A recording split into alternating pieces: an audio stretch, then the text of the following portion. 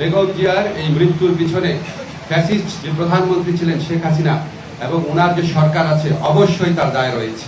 আপনি আগের সময় নির্দয় আচরণের কথা বললেন, ওনাকে একটা প্রহসনমূলক রায়ে ওনাকে জেলখানায় পাঠিয়ে অকথ্য নির্যাতন করা হয়েছে।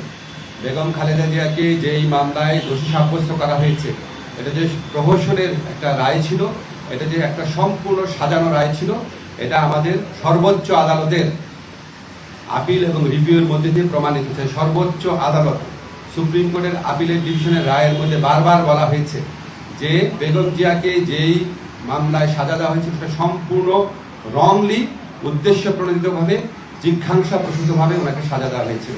ওনাকে জেলখানায় বিভিন্ন সময় যেভাবে নির্যাতন করা হয়েছিল, ওনাকে আমরা হয়তো এত তাড়াতাড়ি হারাতাম না।